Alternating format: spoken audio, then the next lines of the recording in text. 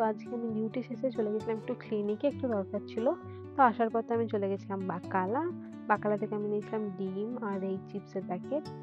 কুয়েতের মধ্যে কিন্তু যেই ডিমগুলো বিক্রি হয় তার মধ্যে কিন্তু ডেট লেখা থাকে যে কতদিন আপনি ইউজ করতে পারবেন। আর তারপরে এখানে একটা কাডাপ্পা সুইট আছে।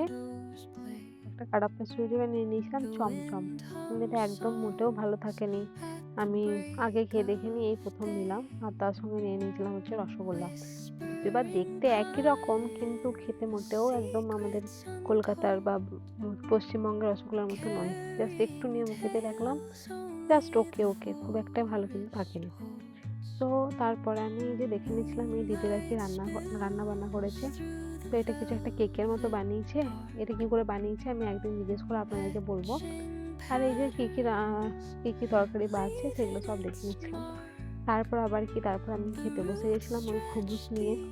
এই খুবুসের একটা গল্প আছে, সেই গল্প আমি আপনাদেরকে পরে বলব। আর এই মিষ্টিগুলো নিয়ে খেতে বসে গেছিলাম। তো খাওয়া-দাওয়া শেষ। হ্যাঁ, আর সঙ্গে বেগুন ভাজাও ছিল।